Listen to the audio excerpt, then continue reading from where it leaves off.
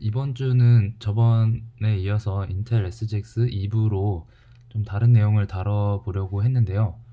네, 일단 1부를 보시고 이제 인텔 SGX가 그냥 일반 시스템 소프트웨어로 동작하는 것보다 어떤 면에서 보안성이 강하냐라는 질문을 많이 받았습니다. 그래서 저도 생각을 해봤는데 그냥 메모리가 좀 분리되어 있고 암호화되어 있을 뿐이지 왜 안전하고 그러면 이제 시스템 소프트웨어랑 관계가 어떻게 되느냐는 질문에 제대로 저도 잘 몰랐기 때문에 그런 부분을 좀 더 보완해서 저번에 했던 내용에 더해서 저번에 하지 못했던 내용까지 조금 더 좀 세부적으로 좀 자세하게 보도록 하겠습니다. 네, 그리고 제가 오늘 영상은 좀 길어질 것 같은데 네, 제가 영상 편집 기술이 없기 때문에 중간중간에 말을 더듬는다든지 물을 먹는다든지 할 수가 있으니까 그런 점 좀 양해해 주시기 바랍니다. 네, 그래서 이번엔 목차가 좀 많은데요. 일단 저번처럼 SGX가 뭔지 간단하게 소개를 하고 그 다음에 이제 SGX가 사용하는 메모리 레이아웃 그리고 이제 인클레이브가 생성될 텐데 인클레이브가 생성되고 죽는 데까지 그 과정들 그리고 이제 그 SGX도 기존 OS가 사용하는 페이징이라는 개념이 있는데요. 그 개념을 사용할 수 있도록 해주는 메커니즘이 존재하고요. 그걸 이빅션이라고 하고 네, 다섯 번째로는 인클레이브 매저먼트가 뭔지 그리고 이제 서로 다른 버전 똑같은 소프트웨어 모듈인데 버전에 따라서 관리를 하는 버전 메커니즘도 있기 때문에 그 부분도 네, 좀 소개를 할 거고 마지막으로 이제 서로 다른 인클레이브들과 어떻게 그 인증을 과정을 거쳐서 네, 서로 이렇게 정보를 공유하는지에 대한 정보 드리도록 하겠습니다. 네, 우선 인텔 SGX가 왜 필요한지부터 좀 설명을 해야 될 것 같아서 그림을 만들었고요. 일반적으로 저희가 서버와 통신을 하고 내부 컴퓨터에서 이제 돌아다니는 그런 비밀들, 그러니까 암호라든지 뭐 이런 비밀들이 컴퓨터 내부 하드웨어에서는 따로 보호를 받지 못하고 있는 상태입니다. 네, 그래서 이런 왼쪽에 리눅스나 마이크로소프트 뭐 이런 운영체제들이나 밑에 그림의 하이퍼바이저 같은 것들이 오른쪽 그림에 네, 이런 레이아웃을 가지고 있어요. 그래서 지금은 링 1이나 링 2를 사용하지는 않는데요. 링 0와 링 3의 이 하이라키를 가지고 있습니다. 그래서 이 운영체제의 핵심 소프트웨어 부분을 커널이라고 하는데요. 이 커널 부분이 만약에 해커에 의해서 침범이 된다고 하면 그 링 제로 위에 있는 링 1, 2, 3 지금은 1, 2를 사용하진 않지만 아무튼 개념상 1, 2, 3가 전부 다 접근이 가능하게 됩니다. 그래서 만약에 링 제로가 침범을 당했다면 그 위에 있는 모든 링 1, 2, 3에 있는 정보들을 다 볼 수가 있는 그런 시스템입니다. 네, 그래서 인텔 SGX는 혹시라도 이 링 제로가 침범을 당한다 하더라도 제가 저장해 놓거나 제가 사용하고 있는 그 비밀들을 지키기 위해서 이 인텔 SGX라는 개념을 네, 만들게 된 거고요. 일단 이 인텔 SGX라는 기술이 나오기 전에 사용했던 기술을 잠깐 설명을 하고 넘어갈 텐데요. SE 같은 경우는 중요한 데이터를 저장하거나 결제 같은 그 시큐어한 앱들을 안전하게 실행할 수 있는 플랫폼입니다. 네, 그래서 특정 멀웨어 같은 공격으로부터 데이터와 응용 프로그램을 지켜주는 역할을 하는데요. 이게 그냥 카드 내부에 들어있는 그런 칩이라고 마이크로칩이라고 생각을 하시면 됩니다. 그래서 되게 조그마니까 저장 용량이랑 처리 속도가 매우 제한적이고요. TPM 같은 경우는 이제 그 하나의 하드웨어인데요. 여기서는 이제 보안 관련한 기능만 할 수 있는 모듈입니다. 그래서 이 안에서는 암호화 연산을 수행하게 되고 네, 좀 안전한 암호화 연산을 수행할 수가 있습니다.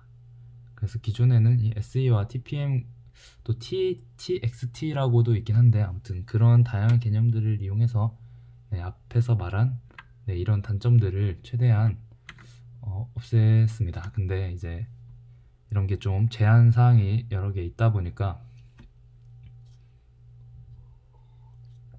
네, 이제 TEE라는 기술이 나오게 됐는데요. 네, TEE 같은 경우는 우선 신뢰할 수 있는 실행 환경을 만듭니다. 그래서 그 신뢰할 수 있는 실행 환경에는 이제 운영 체제와는 이렇게 격리된 환경으로, 그러니까 운영 체제도 접근을 할 수 없는 그런 신뢰할 수 있는 실행 환경을 만들게 되고요. 그래서 그 격리된 환경은 무결성과 기밀성을 제공하게 됩니다.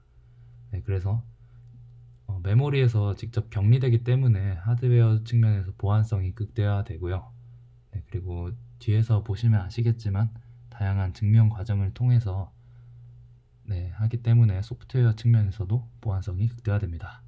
그래서 T2 모델을 사용하는 건 이제 CPU 회사마다 네, 인텔, 암드까지 다 존재를 하고요. 대부분 다 신뢰 공간, 비신뢰 공간, 네, 트러스트, 언트러스트 아니면 시큐어 월드, 노멀 월드 뭐 이런 식으로 격리 공간과 격리되지 않은 공간을 이렇게 구분을 해서 사용을 하게 되는데 네, 인텔에서는 SGX, 암에선 트러스트 존, 암드에서는 PSP라고 합니다.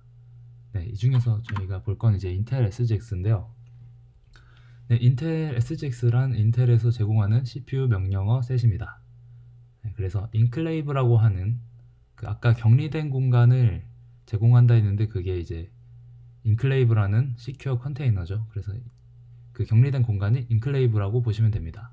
그래서 이 인클레이브 공간에는 운영체제나 하이퍼바이저 혹은 뭐 바이오스 같은 이런 수준이 높은 권한 수준이 높은 것들부터 일반 소프트웨어까지 모든 소프트웨어가 다 접근이 불가능하게 됩니다.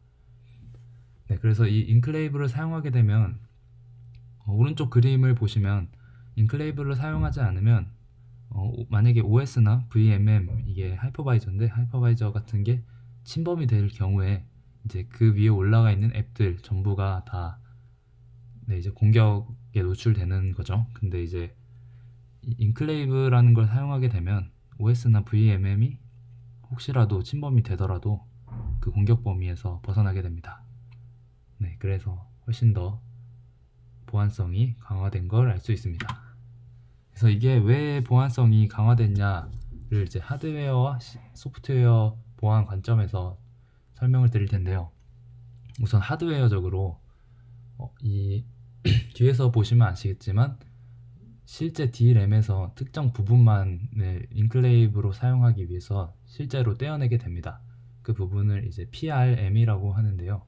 뒤에 나올 겁니다. 근데 그 부분을 아무튼 ME라는 이 기술을 이용해서 메모리를 암호화합니다. 이렇게 되면 이제 혹시라도 실제로 메모리를 빼서 그 분리 메모리에 직접 무슨 데이터가 있는지 알아보는 경우조차도 이제 암호화되어 있기 때문에 알 수가 없게 되는 겁니다.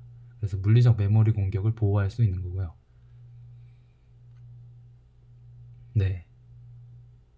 그리고 이제 인클레이브가 실행한 다음에 나오는 결과물들이 디스크에 저장이 될 텐데 이 디스크에 저장된 거를 혹시나 열어볼 수가 있잖아요. 근데 그 디스크된 저장 파일조차도 이제 암호화해서 저장을 하게 됩니다.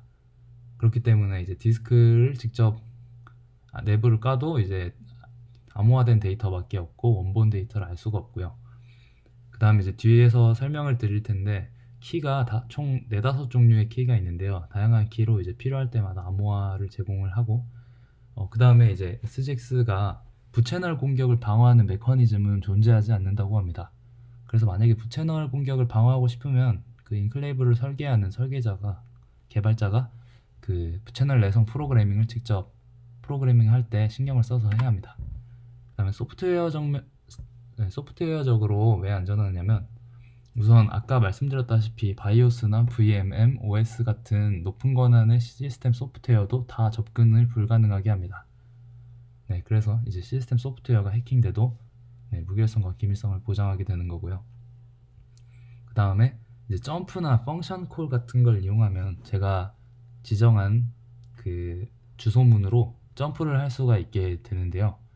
혹시라도 이렇게 점프문을 이용을 해서 제가 인클레이브 메모리에 점프 명령어를 쓰게 되더라도 네, 바로 오류, 폴트가 나면서 접근을 할 수 없게 됩니다. 네, 그래서 비정상적으로 점프를 어떻게 바꿔서 스택 오버플로우 같은 해킹 기법을 이용해서 바꾸더라도 네, 해당 그곳으로 점프를 할 수가 없게 됩니다. 인클레이브 메모리 내부라면. 네, 근데 이 인텔 SGX는 리버싱을 방어하는 메커니즘을 따로 존재하지 않는다고 합니다. 그래서 만약에 리버싱을 하게 돼서 내부 코드를 좀 공격자가 유출을 해볼 수 있을 수 있는데요. 이럴 때 이제 그 소스 코드에서 하드 코딩이나 되게 취약점 있는 코드를 코딩을 하게 되면 네, 상당히 위험하게 될 수 있기 때문에 이런 뭐 중요한 데이터를 하드 코딩을 해놓는다든지 아니면 되게 큰 취약점이 있는 코딩을 해놓는다든지 하면 안 됩니다. 네, 그래서 이제 인텔 SGX의 메커니즘을 간단하게 도식화해서 보여드리면 우선 인텔 SGX가 트러스트 존과 언트러스트 존을 설정하게 됩니다. 여기서 이제 트러스트 존은 인클레이브를 의미하는 거고 언트러스트 존은 인클레이브가 아닌 모든 부분을 다 언트러스트 존이라고 생각하면 됩니다.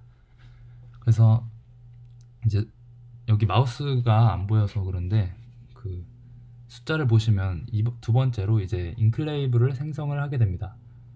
네, 인클레이브를 생성을 하게 되고 그 인클레이브로 이제 실행하는 equal 명령을 사용해서 이제 인클레이브로 들어가게 되면 이제 트러스트 존으로 들어가게 되는 겁니다. 그래서 그 트러스트 존 내부에서 필요한 제가 코딩해 놨던 그 프로세스를 수행을 하고 그 프로세스의 결과물 리턴 값으로 반환할 그 반환 값을 oCall 명령을 이용해서 반환을 받습니다. 그리고 이제 이 인클레이브 데이터는 여전히 트러스트 메모리에 저장이 된 상태로 필요한 값만 복사해서 빼가는 그런 메커니즘을 사용하게 됩니다. 그리고 이제 그 필요한 값을 얻어서 다시 그 트러스트를 호출했던 3번으로 다시 돌아가서 노멀 익스큐션, 그러니까 원래 하던 기존 연산을 다시 수행하게 됩니다. 그래서 이 4, 5번의 이 트러스트 코드에서 돌아가는 이 프로세스는 OS나 VMM, BIOS도 전부 접근이 불가능한 그런 연산이 되겠습니다. 네, 간단하게 이런 메커니즘이고요. 이제 SGX 메모리 레이아웃에 대해서 알아볼 텐데요. 네, 우선 PRM이라고 인클레이브 코드나 데이터가 저장되는 D램에서 분리된 메모리입니다. 그래서 실제 D램에서 특정 부분을 띄어서 이제 그 부분을 접근 못하게 하는 분리된 공간이고요. 그래서 이 부분에는 이제 다른 소프트웨어, 시스템 소프트웨어를 포함한 다 접근이 불가능하게 되고요. 네, CPU 통합 메모리 컨트롤러에 의해서 혹시나 다른 디바이스가 직접 DMA라고 다이렉트 메모리 액세스를 하는 경우에도 이제 다 못하게 막게 됩니다. 네, 그리고 메모리이기 때문에 메모리 특성 그대로 사용한다라는 말이고요. 그 다음에 이제 EPC인데요. EPC는 이제 아까 바로 직전에 설명했던 PRM에서 또 인클레이브 코드나 데이터를 저장하게 되는 4KB 페이지들로 구성된 네, 데이터 그 메모리입니다.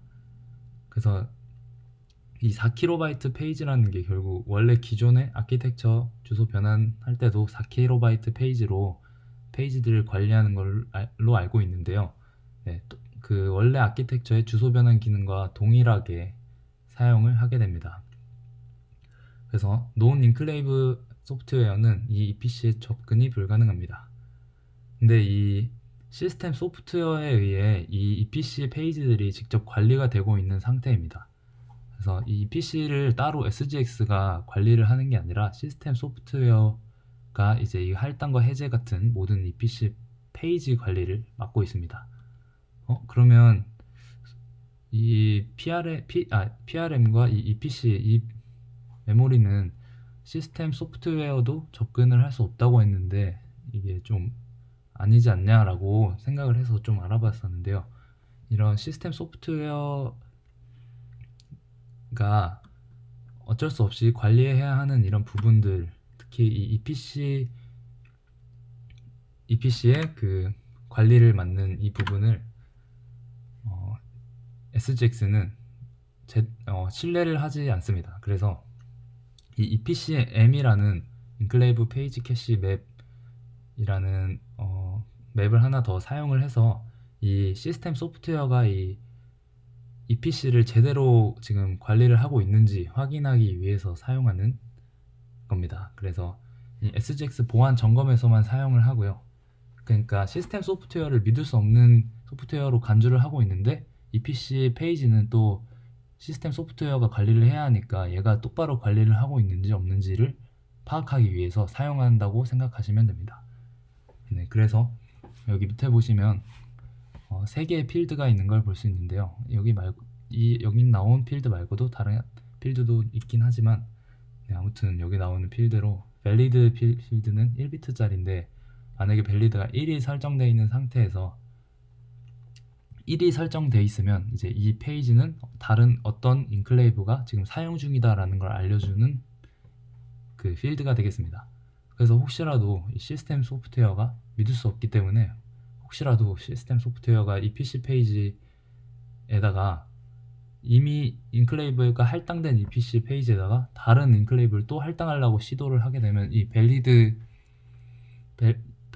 이 필드를 보고 1이라면 이제 할당을 취소하는, 할당되지 않게 하는 그런 보안 메커니즘이고요. 그 다음에 이제 페이지 타입을 알아야 하는데 페이지 타입은 이제 PT, REGS, SECS, VA 등 엄청나게 많은데요. 이런 것들도 관리를 하고 있고요. 그다음 마지막으로 인클레이브 SECS 같은 경우는 SECS가 이제 뒤에서 설명될 텐데 이 인클레이브의 메타데이터를 나타내는 스트럭처입니다. 그래서 사실 이 인클레이브 SECS에는 이 인클레이브 SECS 주소가 들어가게 됩니다. 그 물리 주소가 들어가게 된다고 합니다. 좀 뒤에를 좀 더 들어보시면 이해가 좀 더 편할 것 같습니다. 그래서 바로 앞에서 말한 SECS입니다. SECS 같은 경우는 인클레이브에 대한 메타데이터인데요. 이 아까 바로 앞에서 보셨던 EPCM 페이지 타입 필드에 PTSECS로 저장이 되고 이게 되게 인클레이브의 정말 핵심적인 데이터라고 할 수 있는 게 인클레이브가 최초에 생성될 때 맨 처음 하는 게 SECS 페이지를 할당하는 겁니다. 그 다음에 인클레이브가 마지막으로 죽을 때, 그러니까 할당 해제할 때 마지막으로 해제되는 페이지가 이 SECS 페이지입니다. 그러니까 거의 시작과 끝을 맡고 있는 가장 중요한 데이터들이 다 들어있다고 보시면 되고요. 그래서 이제 이 SECS 페이지 같은 경우는 특정 인클레이브 내부 가상 주소에 매핑되는 게 아니라 SGX만이 사용을 한다라고 맨 마지막 줄에 써놨는데 이게 무슨 뜻이냐면 특정 인클레이브의 가상 주소에 매핑이 돼버리면 이 인클레이브 코드에서 접근이 가능합니다. 근데 이 SECS 내부에는 정말 많은 필드가 있는데요. 대부분 이 SGX의 보안성을 유지하기 위해 사용되는 되게 많은 필드가 있습니다. 근데 그런 것들을 인클레이브 코드에서 접근을 해버리면 이 보안성 유지가 되지 않기 때문에 아예 접근을 불가능하게 SGX만 독점 사용하게 설계가 되어 있습니다. 그리고 이건 이제 SGX 인클레이브 어트리뷰트인데요. SECS의 어트리뷰트 필드에 있는 데이터입니다. 그래서 오른쪽 밑에 그림 보시면 디버그, XFRM, 모드 64비트 이렇게 3개의 필드가 있는데요. 우선 디버그 필드 같은 경우는 1이면 디버깅이 가능한 상태, 0이면 디버깅이 불가능한 상태인데 SGX 같은 경우는 디버깅을 개발 단계에서만 할 수 있고 릴리즈 되면 이제 그 이후로부터는 디버깅이 불가능합니다. 그래서 이제 디버깅을 사용할 때는 1이었다가 나중에 릴리즈하면 이 값이 0이 되면서 디버깅이 불가능하게 되겠죠. 그 다음에 XFRM 이 레지스터가 처음에 뭔지 좀 찾아봤습니다. 근데 이게 인텔 아키텍처에 있는 약간 레지스터 값을 설정을 한다고 하는데요. 이 XCR0 레지스터 값을 이 XFRM으로 셋을 하는 건데요. 여기서 그럼 XCR0 레지스터에 뭐가 들어있냐 하면은 이 왼쪽 아래 그림에 있는 저 값들이 들어있는 겁니다. 그래서 이게 뭐냐면 응용 프로그램에서 지금 사용하는 기능들의 비트맵입니다. 그러니까 만약에 이 0번째 비트가 1이라면 지금 저 밑에 써져 있는 저 기능이 지금 사용 중인 기능인 거고, 네, 그 다음에 뭐 두 번째가 또 1이면 그 밑에 SSE 스테이트 뭐 이걸 사용하는 상태인 거고, 뭐 이런 식으로 지금 사용하는 응용 프로그램에서 사용되는 기능 비트맵으로 하시면 됩니다. 이 XFRM 같은 경우는 뒤에서 보안성 점검할 때 또 나오게 될 텐데요. 네, 지금 기억을 해두시면 나중에 편하실 수도 있습니다. 그리고 이제 모드 64비트 같은 경우는 64비트 CPU인 경우 1을 설정한다고 하는데, 아마 32비트 프로세서와 역호환성을 위해 만든 것 같다라고만 써져 있고, 특정 어떤 기능을 하는지는 뒤에서도 나오지 않습니다. 네. 네, 그리고 이번에는 ELRange인데요. 결국 이 인클레이브 메모리도 버추얼 어드레스 스페이스를 가지게 되는데요. 이 버추얼 어드레스 스페이스, 그러니까 인클레이브가 쓰는 버추얼 어드레스 스페이스가 ELRange입니다. 네, 그래서 ELRange 안에 있는 값들을 물리 주소로 변환을 하면 결국 EPC, 그러니까 PRM 내부로 다 매핑이 되어 있는 상태인 겁니다. 그래서 이 ELRange 내부에 있는 데이터는 아까 앞에서 말씀드렸던 PRM과 똑같이 무결성, 기밀성을 보장하게 되는데요. 이 외부는 이제 신뢰를 하지 않는 메모리로 생각을 합니다. 그래서 이제 인클레이브가 동적 라이브러리로 나타날 텐데, 그때 이제 로더가 그 동적 라이브러리를 이제 주소로 매핑을 할 때 ELRange 내부로 예약 메모리를 설정해서 이쪽으로 들어오게끔 설계가 되어 있습니다. 그래서 인클레이브 코드에서는 논 인클레이브 코드로, 그러니까 ELRange에서 이 밖으로 접근은 가능하지만 밖에서 이 내부로 접근을 하게 되면 폴트가 나게 됩니다. 네, 그래서 보안성을 강화시키는 거고요. 그 다음에 이제 SGX 같은 경우는 현재 사용하고 있는 아키텍처의 어드레스 트랜슬레이션, 그러니까 주소 변환 방식을 그대로 사용하게 되는데요. 네, 그래서 시스템 소프트웨어의 페이지 테이블과 EPC 페이지 관리 같은 것들을 다 동일한 주소 변환 프로세스를 사용하게 됩니다. 네, 그래서 아까 말씀드렸다시피 시스템 소프트웨어가 관리를 하는데, 얘네는 신뢰할 수 없는 공간 아니냐라고 할 수 있어서 그런 기존의 메모리 취약점 같은 것들도 전부 다 존재하는 거 아니냐라고 말을 할 수 있는데요. 네, 이런 것들을 보완하기 위해 다양한 보안 기법들이 소개가 되어 있고요. 그 중에 몇 개만 말씀을 드리면, 저도 다 아는 게 아니라서, 그 EPC 페이지가 혹시라도 다른 가상 주소에 매핑이 될 수도 있는 그런 공격을 방지하기 위해서 특정 가상 주소에만 매핑이 되도록 설정을 하게 되고요. 그 EPCM에 어드레스라는 필드가 있는데, 이제 이 EPC 페이지를 할당할 때 예상되는 가상 주소를 이 어드레스 필드에 저장을 했다가 실제 변환돼서 나온 가상 주소와 같은지 비교를 해서 같으면 이제 제대로 할당을 시켜주고, 아니면은 폴트가 나서 할당을 취소하게 되는 그런 보안 메커니즘도 있고요. 그 다음에 오른쪽 밑에 보시면 RWX 있는데, 이거는 똑같이 리눅스가 권한 설정하는 것처럼 이제 리드나 라이트나 엑스큐션 할 거냐 뭐 이런 그 페이지의 특성들 또한 그 액세스 권한이죠. 그러니까 액세스 권한을 항상 일치를 시켜서 보장을 하게 됩니다. 그러니까 저는 리드 라이트를 쓰게 되는데, 이제 리드만 된다든지 하면은 이제 할당이 안 되겠죠. 그리고 이번엔 TCS인데요.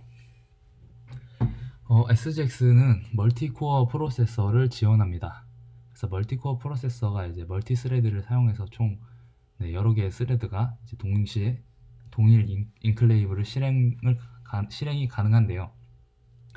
그러면 이렇게 하나의 스레드마다 얘네를 다 실행을 하기 위해서 이제 TCS라는 스트럭처를 사용하게 됩니다. 그래서 이 TCS를 이용해서 인클레이브 코드를 실행하게 되는데요. 이거는 페이지 타입 필드에 PT TCS로 저장이 되고요. SECS 페이지랑 마찬가지로 인클레이브 코드에서 접근이 불가능합니다. 아까 왜 그랬냐면, 이제 SECS에는 중요한 메타데이터들이 들어있는데 인클레이브 코드에서 접근을 하면 안 되기 때문이었죠. 근데 이제 디버그 할 때만큼은 이 TCS 내부의 데이터는 확인을 할 수가 있습니다. SECS 데이터 같은 경우는 디버그 할 때도 안 되는데요. 네, 이거는 그때는 가능하다는 차이점만 있을 뿐 거의 동일합니다. 네, 그러니까 이 스레드가 이 인클레이브를 돌릴 때 필요한 정보들이 다 들어있다고 보시면 됩니다. 그 중에 중요한 필드 몇 개만 소개를 할 텐데요. 일단 oentry라고 인클레이브의 명령어의 시작 주소입니다. 이게 무슨 소리냐면 이제 스레드가 이 인클레이브를 실행을 시키게 되면 이 oentry에 있는 값을 다음 시작될 명령어 주소에 넣어버립니다. 그래서 이제 다음에 딱 되면 바로 인클레이브의 시작 주소로 점프 뛰게끔, 네, 이렇게 해서 이제 엔트리 포인트를 확실하게 지정을 해두면서 보안성을 강화하게 되는 거고요. 그 다음 밑에 있는 OFS, BA, SGX 하고 GS, BA, SGX 이거는 이제 인텔 아키텍처에 세그먼트 레지스터 중에 FS와 GS가 있는데요. 네, 이 부분이 일반적으로 스레드 로컬 스토리지를 가리킨다고 합니다. 네, 스레드 로컬 스토리지가 뭐냐면 이제 스레드마다 사용해야 되는 스레드마다 연산을 해야 될 텐데 그때 나오는 정보들을, 네, 저장할 수 있는 그런 공간을 스레드 로컬 스토리지라고 하는데 스레드마다 있습니다. 그래서 네, 이 부분을 가르치게 됩니다. 뒤에 좀 이따 이제 라이프 사이클 볼 때 TCS 같은 경우 다시 나오니까, 네, 그때 보시면 될 것 같습니다. 이제 SSA인데요. 인클레이브는 그러니까 그냥 일반 PC는 실행 중에 하드웨어 인터럽트, 그러니까 인터럽트나 뭐 폴트나 시스템 콜이나 뭐 이런 것들이 나오게 되면 하드웨어 익셉션을 발생을 하게 됩니다. 네, 하드웨어 익셉션, 네, 그런 걸 다 합쳐서 하드웨어 익셉션이라고 하죠. 이 하드웨어 익셉션이 발생을 하게 되면 이제 그 익셉션에 맞는 핸들러를 호출을 해서 그 익셉션이 필요한 일을 다 처리를 하고 다시 원래 수행하던 일을 하는 메커니즘입니다. 근데 이 SGX를 실행을 할 때, 그러니까 인클레이브 코드를 실행을 할 때 이 하드웨어 익셉션은 발생을 할 수가 있습니다. 근데 발생을 하면 기존처럼 원래 지금 수행하던 걸 잠깐 저장을 해놓고 핸들러로 점프를 해서 일을 하고 다시 돌아오면 좋은데, 인클레이브 내부에 있는 데이터는, 네, 아까 처음에 말씀드렸다시피 비밀 데이터입니다. 그러니까 인클레이브 내부에서 돌아가는 데이터는 어딘가 노출이 되면 안 되는 그런 안전한 영역이기 때문에 이 데이터들을 또 다른 안전한 영역에 저장을 한 다음에 그 하드웨어 익셉션을 처리를 하고 다시 여기로 돌아와야 하는 그런 메커니즘이 있습니다. 그럴 때 이제 원래 수행하고 있던 그 비밀들을 저장하는 그 안전한 영역이 이 SSA입니다. 네, 그래서 이 SSA의 필드에는 OSSA, 네, 사실 이 필드는 TCS에 있는 필드긴 한데, 네, OSSA와 NSSA가 있는데요. OSSA 같은 경우는 SSA가 어레이 형식으로 쭉 이어져 있는데 그 중에 첫 번째 주소를 가르치고, NSSA는 이제 사용 가능한 SSA의 수를 나타내게 됩니다. 그래서 이제 여기 있는 SSA 같은 경우는 페이지 타입이 REG, 레귤러로 저장이 되게 됩니다. 네, 그 가장 첫 번째 줄에 인클레이브 실행 중에 하드웨어 익셉션 발생하면 스레드의 컨텍스트를 저장하는 안전한 영역이다 라고 써져 있는데, 이 스레드의 컨텍스트가 뭐냐 라고 하시면 이제 지금 사용 중인 프로그램이 돌면서 범용 레지스터 및 다양한 그 특징들을 사용을 하게 될 텐데요. 네, 그것들을 연산하는 데 쓸 수 있으니까 이 데이터들을 안전한 곳에 저장을 했다가 다시 돌아올 때, 네, 다시 복원을 해줘야겠죠. 이런 걸 스레드 컨텍스트라고 하는데요. 그러니까 스레드에 실행하고 있는 그 흐름. 그래서 이 데이터들은 이제 범용 레지스터나 이 xsave 명령어의 결과라고 합니다. xsave가 뭐냐면 이제 requested feature 비트맵인데, 네, 그 사용하고 있던 그런 특징들을 나타내는 비트맵인데요. 네, 이것들을 다 메모리에 저장을 하게 됩니다. 그래서 이것들을 안전한 영역에 저장을 하는 거죠. 네. 아무튼 TCS랑 SSA는 뒷부분에 다시 나올 테니까 그때 좀 이해가 되실 겁니다. 네, 그래서 이제 세 번째인데, SGX 인클레이브의 라이프 사이클을 소개를 해드릴까 합니다. 그래서 첫 번째로 이 create 명령어인데요. 이 create 명령어는 이제 인클레이브를 최초로 생성하게 되는 명령어입니다. 아까 전에 말씀을 드렸는데 인클레이브가 최초 생성되면 가장 먼저 하는 게 SECS 페이지를 할당하는 거라고 말씀을 드렸는데, 네, 여기서 두 번째 줄에 이제 프리한 EPC 페이지를 SECS로 변환을 한다라고 합니다. 그리고 이제 논 EPC 페이지 정보를 이용해서 SECS 필드를 초기화만 하고요. 그 다음에 이제 아키텍처 레이아웃을 사용해서 SECS 필드 값에 필요한 부분을 다 지정을 하게 됩니다. 여기서 제가 좀 의문점이었던 게 이제 아키텍처 레이아웃이나 논 EPC 페이지의 정보를 이용해서 초기화하게 되면 SECS 같은 경우는 중요한 데이터인데 신뢰되지 않는 부분에서 정보를 가져와서 사용을 해도 되는 건가, 이런 의문이 좀 들었었는데요. 이 부분에 대해서는 아직 조금 공부가 더 필요한 것 같습니다. 한참 찾았는데 왜 안전한지는 아직 제가 모자라서 잘 모르는 것 같습니다. 네, 아무튼 이렇게 해서 SES 필드값 전체를 다 지정을 하게 되고요. 그리고 혹시나 이 EPC 페이지가 잘못된 게 아닌가 유효성 검사도 하게 되는데 2의 n승으로 떨어지지 않게 되면 이제 폴트가 나게 되고요. 그 다음에 이제 SECS의 어트리뷰트 필드에 init이라는 필드가 있습니다. 근데 이 필드를 일단 false로 하게 되는데, 이 필드를 왜 false로 하냐, init 필드가 만약에 true가 되면 이제 그때부터 이 인클레이브 코드를 실행할 수 있는 상태가 됩니다. 근데 아직은 해야 될 일이 더 있기 때문에 false로 설정을 하게 되는 겁니다. 그다음에 이제 이 add 명령을 바로 실행을 하게 되는데요. 이건 이제 초기 인클레이브 코드와 데이터들을 로드하는 단계입니다. 그래서 논 인클레이브에 있는 페이지 인포 구조에서 입력 데이터들을 읽어오게 됩니다. 네, 그래서 이 오른쪽 그림 위에 보시면 페이지 인포라는 곳에서 이제 SECS 위에로 로드를 하고, 이렇게 로드하는 화살표 방향이 다 보이시죠? 네, 이 부분 이제 LIN 어드레스, 이거는 이제 EPC 페이지 가상 주소, 이제 할당된 EPC 페이지의 가상 주소가 가게 되고, SICPGE, 네, 저거는 이제 아까 사용할 논 EPC 페이지의 가상 주소가 되는데, 이제 여기 복사할 데이터들이 들어있는 가상 주소인 것 같습니다. 그리고 SECS 같은 경우는 페이지를 소유한 SCS의 가상 주소가 들어있고요. 그 다음에 마지막으로 EPCM의 가상 주소가 들어있어서 저런 식으로 로드를 하게 됩니다. 그리고 이제 이 add 같은 경우는 입력값을 한번 검증을 하게 되는데요. SECS가 이미 존재할 때면, 그러니까 SECS가 이미 존재를 하는데 또 이 add를 하게 되면 폴트가 나게 되고, 이미 할당된 EPC 페이지를 에다가 이 add를 하게 되면 또 폴트가 나게 되고, 마지막으로 이 페이지의 가상 주소가 EL 레인지 안에 없으면 또 폴트가 나게 됩니다.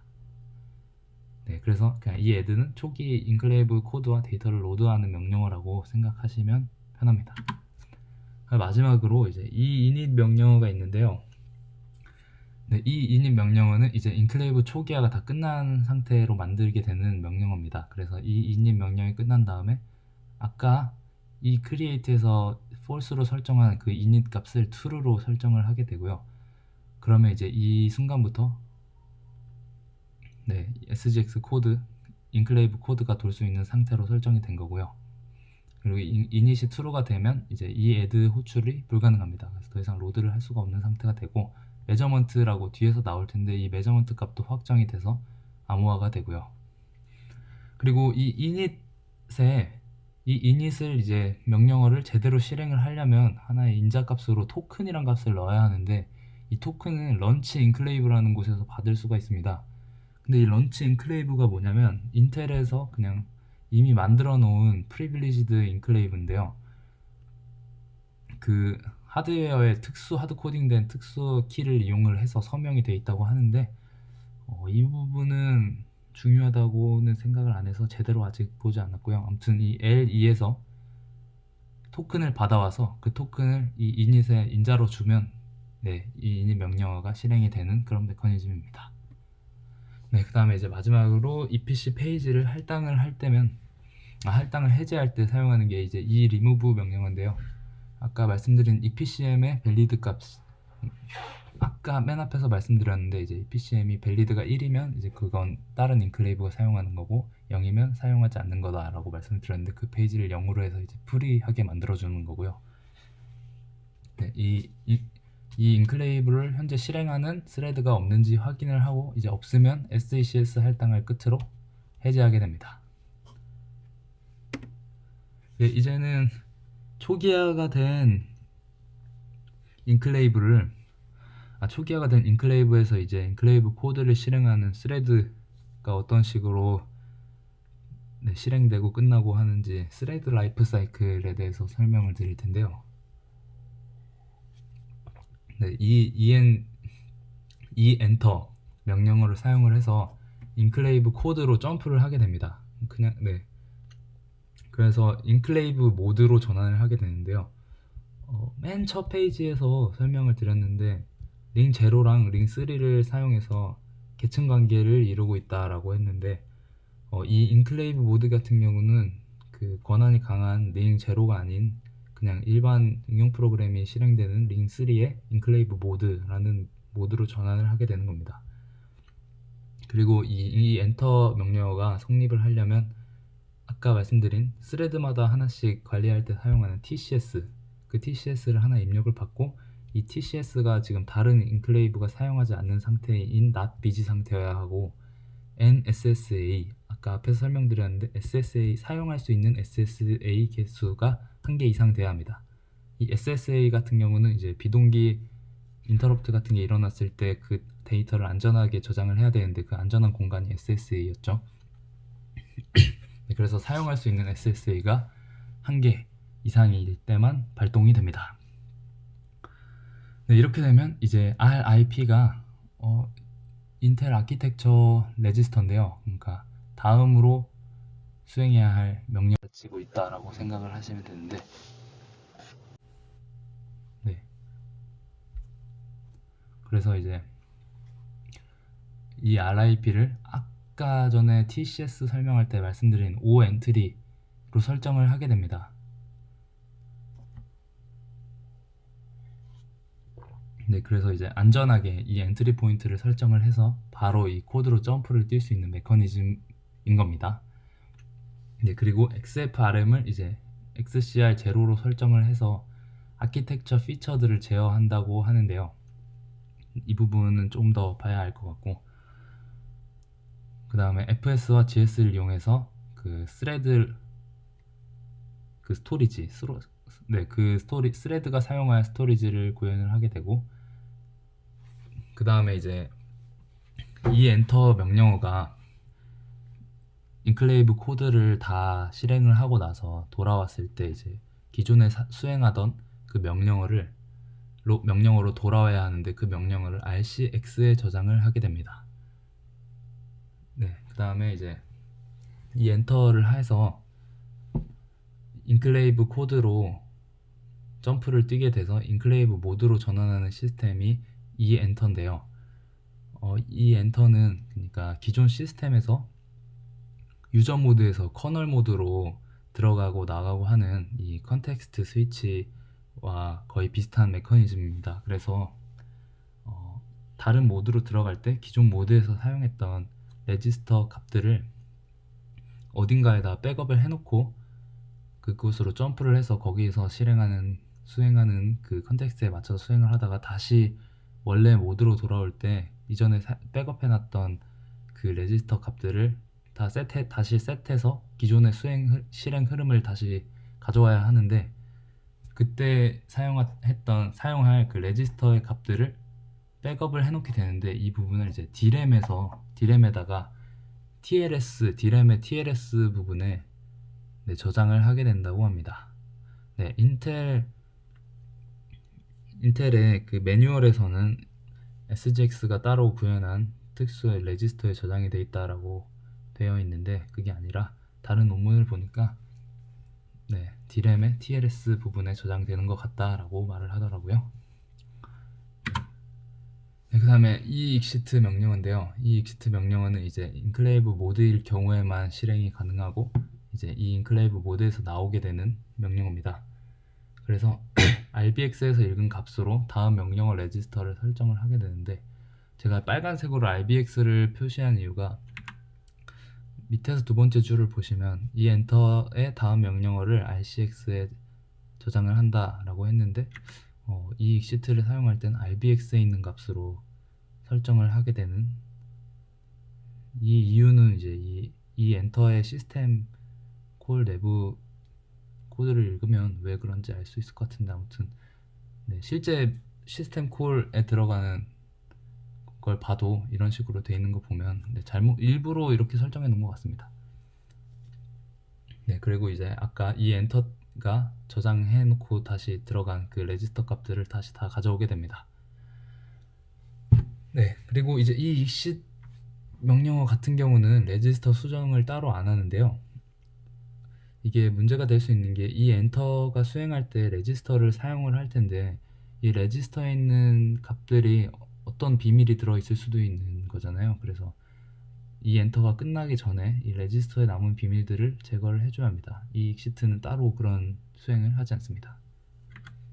네, 그 다음에 AEX입니다. 네, 이 AEX 같은 경우는 아까 SSA를 설명하면서 말씀을 드렸는데, 인클레이브 모드 중에 만약에 하드웨어 익셉션, 그러니까 인터럽트나 폴트나 뭐 그런 익셉션들이 발생을 하게 되면 바로 핸들러를 호출하는 게 아니라 그 지금 수행하고 있는 인클레이브 익스큐션 컨텍스트를 저장을 해야 됩니다. 이 저장을 하는 곳이 SSA였죠. 그래서 SSA에다가 이 수행 컨텍스트를, 실행 컨텍스트를 전부 저장을 하게 됩니다. 이렇게 다 저장을 하고 난 다음에 이 레지스터들이 내부의 비밀들을 가지고 있기 때문에 그 부분을 다 삭제한 다음에 인클레이브 모드를 종료하고 하드웨어 익셉션 핸들러를 호출하게 되는 메커니즘입니다. 그러니까 기존 같은 경우는 바로 하드웨어 익셉션 핸들러를 호출하는 거에 반해서 이제 SSA에 한번 비밀들을 백업을 해놓고 레지스터에 있는 값을 한번 싹 지우고 인클레이브 모드를 끝낸 다음에 하드웨어 익셉션 핸들러를 호출하는 것의 차이가 있는 겁니다. 네, 그래서 이제 이런 AEX 같은 이 하드웨어 익셉션은 언제든지 발생을 할 수 있기 때문에 이 엔터로 이 인클레이브 모드로 들어갈 때 몇 가지 준비를 혹시라도 이 AEX가 발동될 수 있기 때문에 몇 가지 준비를 하게 되는데요. 우선 하드웨어 익셉션 핸들러가 어싱크로너스 익시트 핸들러로 리턴을 할 수 있도록 지정을 해야 됩니다. 이게 무슨 소리냐면 하드웨어 익셉션 핸들러가 끝나고 다시 원래 수행하던 인클레이브 모드로 돌아와야 하는데, 그걸 도와주는 게 이 어싱크로너스 익시트 핸들러인데요. 그래서 이걸로 점프를 하게끔 설정을 해둬야 합니다. 그 설정은 이제 마우스가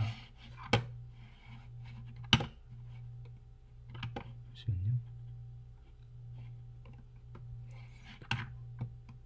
네, 여기에서 보시면 이 AEP라는 이곳에다가 이렇게 이 값을 이렇게 설정을 해주게 됩니다. 그래서 만약에 이제 이 링 제로에, 그러니까 하드웨어 익셉션 핸들러를 호출하게 되면 일로 가게 되는데요. 이때 이제 이 RIP 값을 맨 마지막에 점프해야 될 곳으로 보내줌으로써 마지막에 다 끝나고 여기로 점프할 수 있게끔 도와주는 그런 메커니즘이 있습니다. 네. 그 다음에 이제 RSP와 RBP를 SS에 저장하게 된다고 합니다. 네. 그래서 이제 이 리줌인데요, 이번에는 그래서 여기서 보시면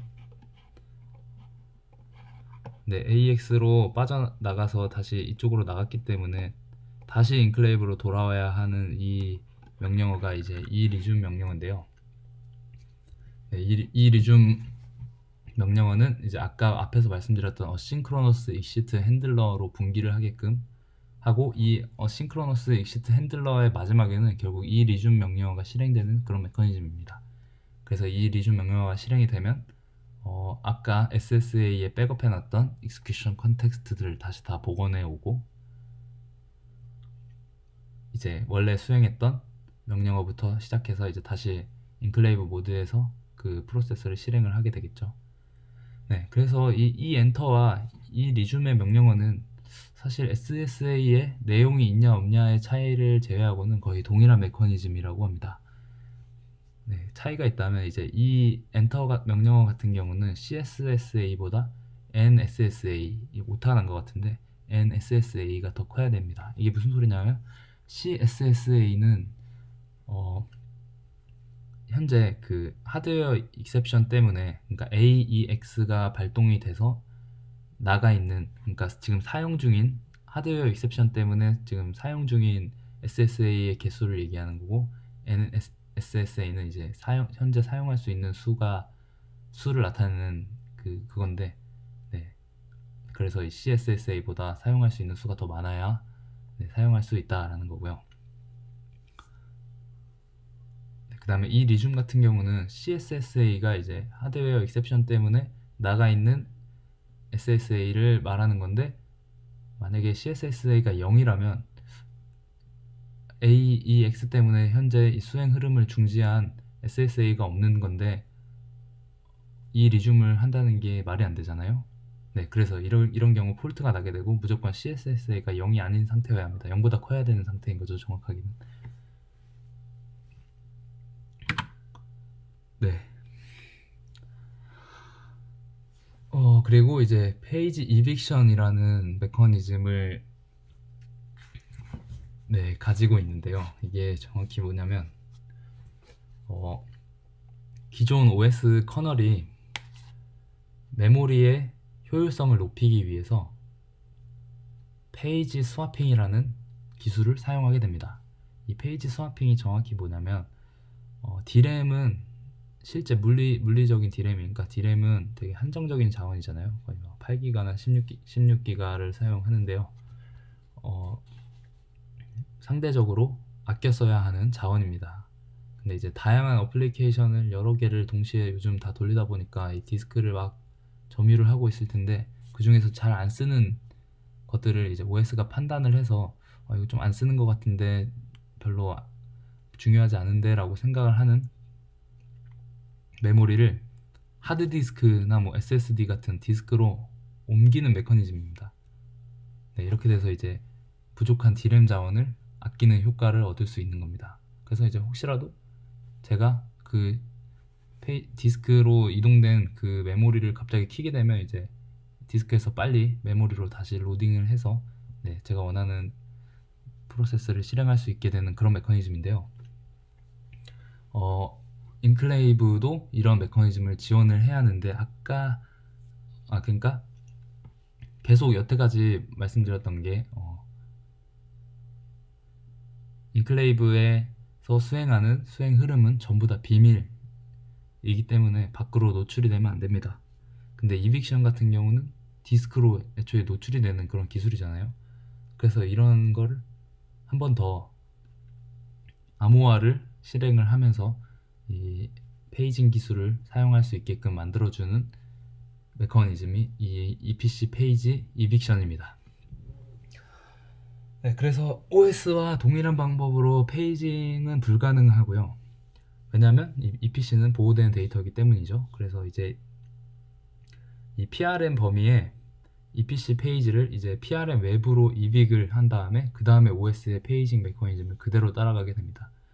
이게 무슨 말이냐면 PRM 내부에 있는 EPC 페이지를 암호화 해가지고 남들이 못 보게 암호화를 한 다음에 이제 남들이 볼 수 있는 노출된 메모리로 이렇게 퇴출을 시키고 이제 그때부터는 이제 OS의 기존의 페이징 메커니즘을 사용해서 디스크로 날려버리는 네, 이런 메커니즘으로 사용을 하는 게 EPC 페이지 이빅션입니다. 네, 이빅션에서 나오는 개념 중에 이제 좀 알아야 될 부분이 TLB라는 캐시인데요. 이 TLB가 뭐냐면 Translation Lookside Buffer라고 하는데 이 OS는 가상 주소를 물리 주소로 계속 변환을 해야 하는 과정을 가지게 됩니다. 근데 이걸 빨리 하기 위해서 중간에 캐시를 하나 두는 건데요. 그게 TLB가 되는 거고요. 제가 여기서 TLB를 굳이 설명하는 이유는 TLB는 가장 최근에 일어난 주소 변환 테이블을 가지고 있습니다. 그래서 이 정확한 해킹 기법은 잘 모르지만 이 TLB를 이용한 해킹 기법이 있다고 합니다. 그래서 TLB로 접근을 해서 어떻게 EPC 내부로 접근할 수 있지 않을까, 이런 공격을 차단하기 위한 메커니즘이 존재하기 때문에 제가 TLB를 소개를 시켜드리는 거고요. 네, 그래서 이 TLB는 CPU에서 1차적으로 TLB의 캐시에 있는지 한번 확인을 하고, 없으면 이제 메모리 매니지먼트 유닛, 그러니까 가상 주소를 물리 주소로 변환해주는 하드웨어 모듈인데, 네, 여기로 가게 됩니다. 네, 그러면 이제 이 SGX가 이 TLB를 이용한 공격을 어떻게 막는지, 막는 메커니즘을 설명을 하기 위해서 설명을 드린 거고요. 어떻게 막냐면 EEXIT나 AEX 같은 인클레이브 종료시키는 명령어가 등장을 했을 때 이 TLB를 플러시하게 됩니다. 그래서 이제 제가 만약에 이 인클레이브를 종료하고 딴 일을 딱 하려고 할 때 그 공격자가 이 TLB를 확 봐서 여기 있는 데이터를 가져가려고 하지만, 이제 TLB를 플러시했기 때문에 가져갈 수 없는 그런 메커니즘인 것 같습니다. 네. 네, 그래서 이제 그런 거고요. 네, 그래서 TLB 이용 공격을 방지한다라고 해서 TLB 플러시를 하게 되고, 이 플러시도 결국 시스템 소프트웨어가 하게 되는데, SGX가 이 시스템 소프트웨어가 신뢰되지 않기 때문에 한 번 더 검증을 하게 되는 메커니즘이 있습니다. 그거를 이제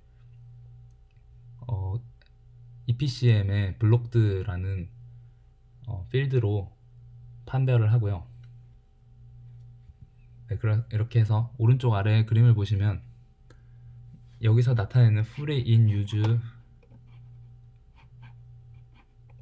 나타내는 free in use blocked, 이게 EPC 페이지를 의미하게 됩니다. 그래서 free인 경우에는 그냥 할당을 해서 쓰면 되는 거고, 이거 같은 경우는 다른 인클레이브가 지금 사용하기 때문에 접근을 해서는 안 되는 부분이고요. 블록드 같은 경우는 네, 이제 이 플러시를 하게 될 곳인 것 같습니다.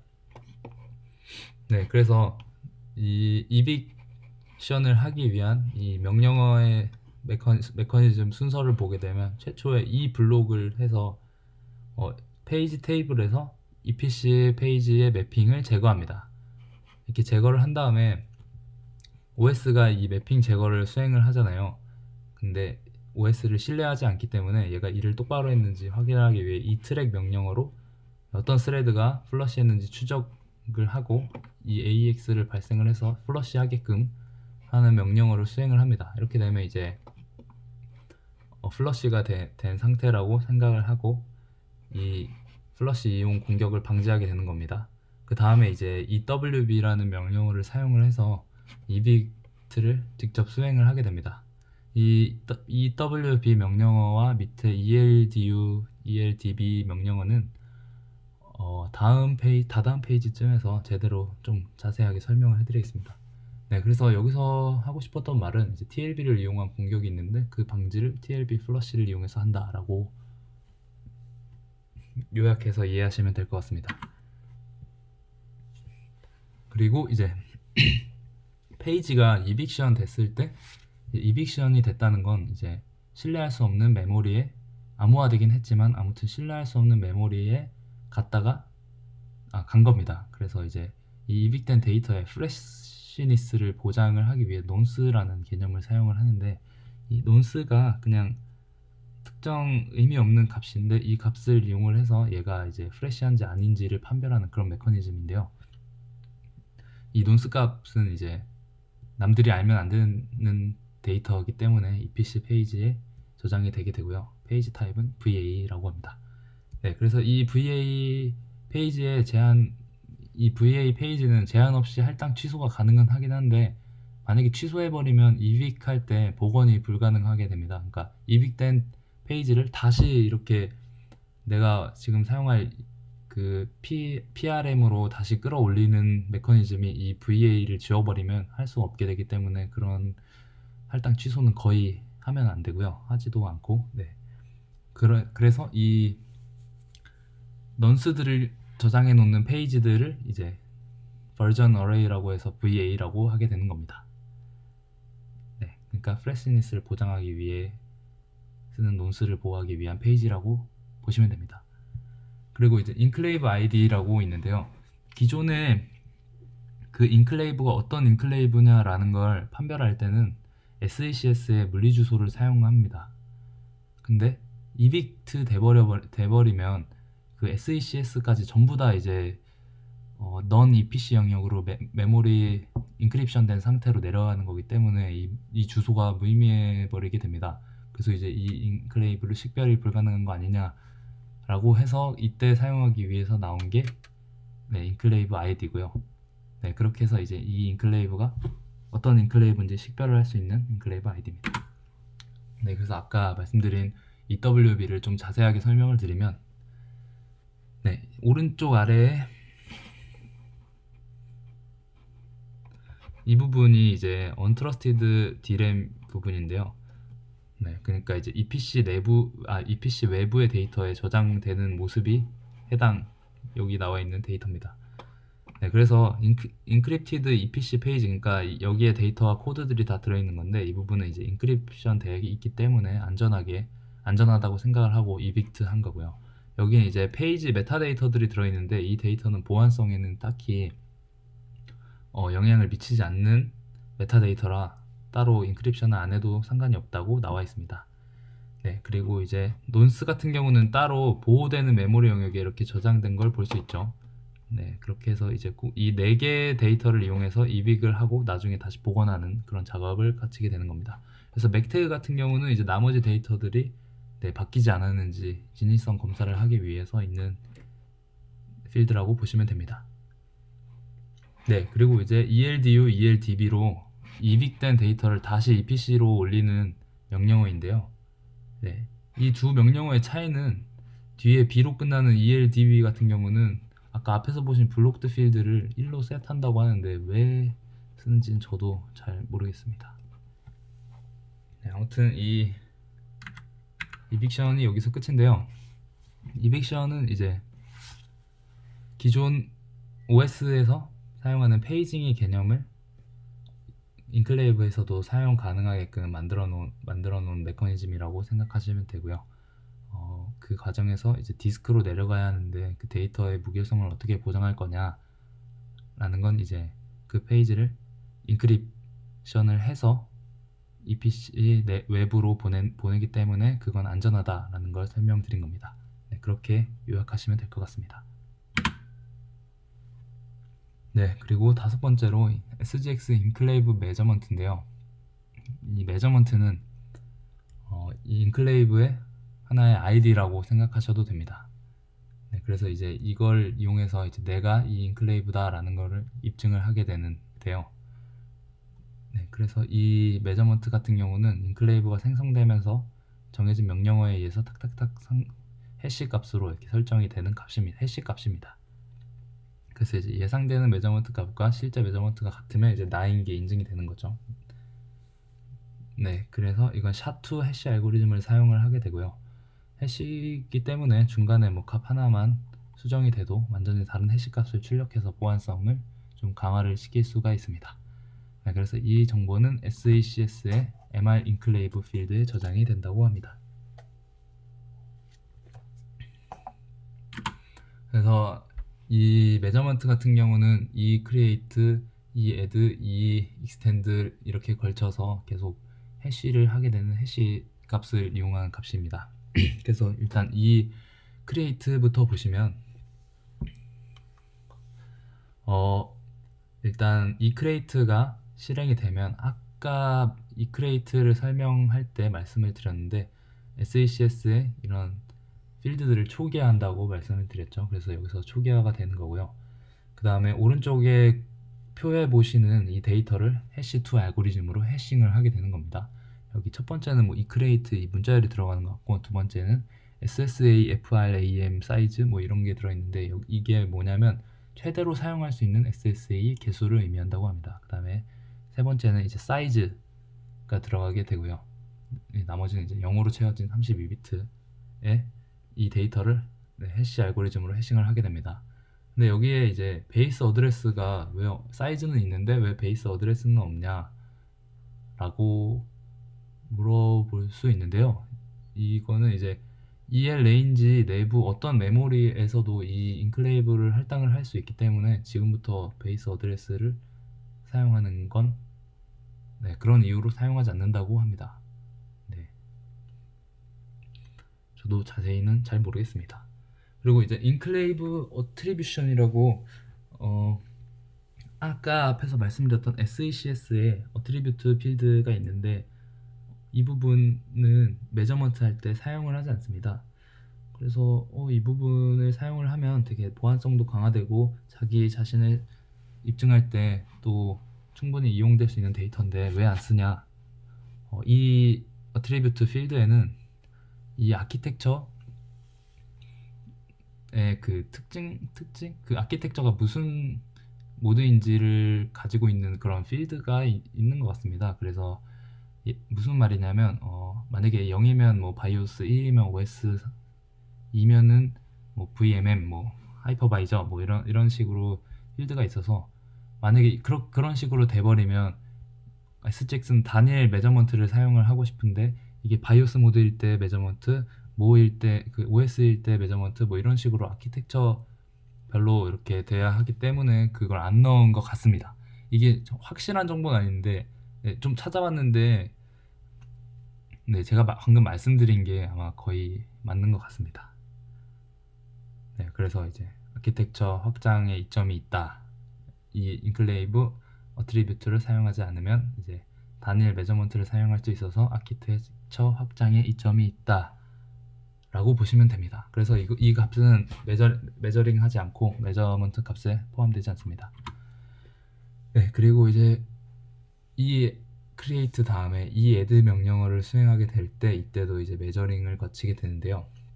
오른쪽 위에 그림을 보시면 맨 처음에 이 add가 들어가고 이 enclave offset이 의미하는 게 이 PC 페이지에 예상되는 가상 주소라고 합니다. 근데 이 PC 페이지에 예상되는 가상 주소를 보면 이제 이 인클레이브 작성자의 가상 메모리 레이아웃을 이제 볼 수 있는 상태가 되는 거죠. 이 레이아웃 상태는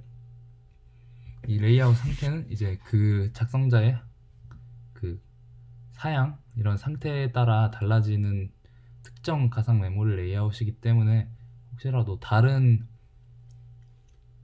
사람이 다른 컴퓨터에서 비슷하게 메저링을 시도를 해도 이 가상 메모리 레이아웃이 달라진다면 메저먼트 값이 달라지게 되는 그런 보안성을 가지게 되는 것 같고요. SEC 인포 같은 경우는 EPCM에 PT, RW, X 뭐 이런 필드 값이 들어있는데 이런 필드 값이 들어있는 건 1바이트 뿐이고 나머지 47바이트 같은 경우는 나머지 47바이트 같은 경우는 다 0으로 셋이 된다고 합니다. 나중에 미래를 위해서 아껴둔다 뭐 이런 식으로 표현을 했습니다. 그 다음에 이제 메저먼트 이 익스텐드인데요. 이 익스텐드 같은 경우는 이제 EPC 페이지에 로드된 데이터를 메저먼트 하는 겁니다. 그래서 이 익스텐드 상태에 데이터를 메저먼트 하지 않으면 이 인클레이브 코드는 실행될 수가 없습니다. 그러니까 이 엔터를 할 때 이 데이터들이 메저먼트 되는지 확인을 한다는 거죠. 그래서 이 데이터를 꼭 메저먼트의 값에 포함을 시켜야 이 인클레이브가 실행될 수 있다라는 걸 말하는 거고요.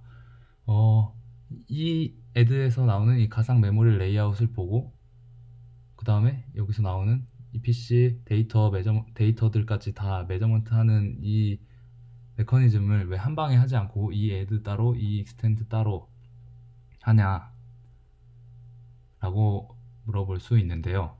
그렇게 분리한 이유는 이 SGX가 이 SHA-2 알고리즘을 사용해서 256바이트를 이렇게 해싱을 하게 되는데 지연 시간이 발생을 한다고 합니다. 근데 이 SGX에서 설정한 그 지연 시간보다 이 add와 이 extend를 같이 묶어서 해버리면 그 지연 시간을 넘어서 아마 두 개를 분리를 했다 라고 설명을 하는 것 같습니다.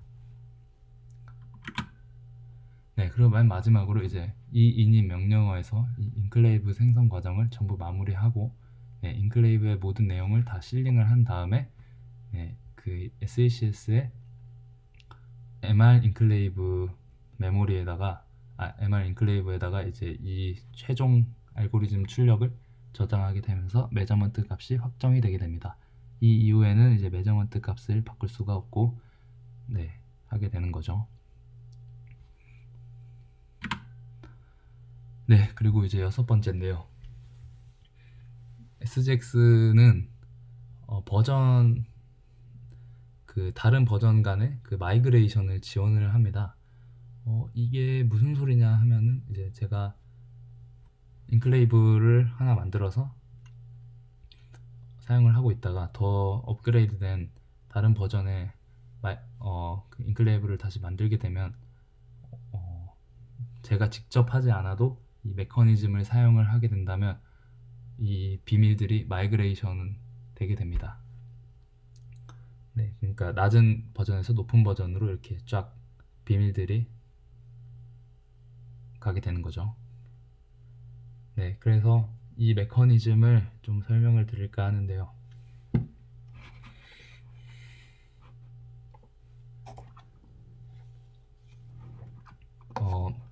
최초에 인클레이브를 생성을 할 때 SIG struct라는 이 스트럭처를 하나 만들게 되는데, 이걸 이제 인증서 같이 그런 스트럭처라고 합니다.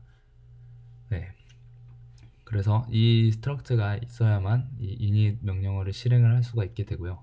이렇게 해서 이 init 명령어를 실행해서 이제 인클레이브가 만들어지게 되면, 완전히 실행할 수 있는 상태가 되면 SACS에 이 Certificate Based Identity라는 값이 있는데 뒤에서 살펴볼 겁니다.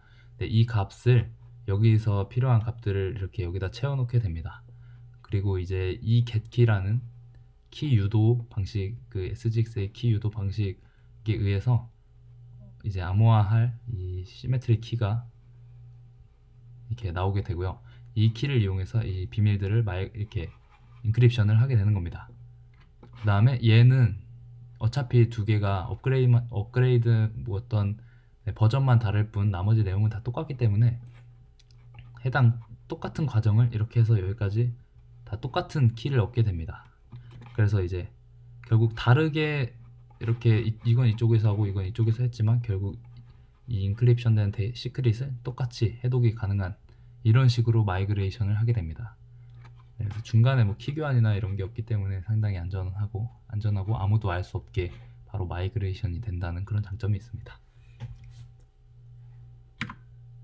네, 그래서 이제 시그 스트럭트부터 천천히 살펴볼 텐데요. 시그 스트럭트 같은 경우는 SGX가 일단 인클레이브마다 하나의 이 시그 스트럭트를 갖게 요구를 해서 이제 이 init 수행 시에 검증을 하게 되고요. SACS의 메타데이터랑 인클레이브 빌딩 툴체인이라는 이게 뭔지 정확히는 잘 제가 파악을 하지 못했는데, 이걸 이용해서 여기 이 그림 이쪽에 보시면 네, 이 툴체인 이건데요. 이걸 이용해서 이 네 가지 필드를 채우게 되는 메커니즘입니다. 네, 이걸로 이걸 채우고 나머지 SACS에서 필요한 부분을 이렇게 채우는 걸 볼 수가 있죠. 네, 이렇게 값을 설정을 하게 되는 겁니다. 이 시그 스트럭처는. 네, 그런 다음에 이 메타데이터가 저장되고 RSA 서명으로 신뢰성을 보장하게 됩니다. 네, 이 RSA가 어떻게 써질지 이제 뒤에서 살펴보도록 하겠습니다. 네. 네, 그래서 여기는 여기 들어가는 필드들에 대한 간단한 설명인데요.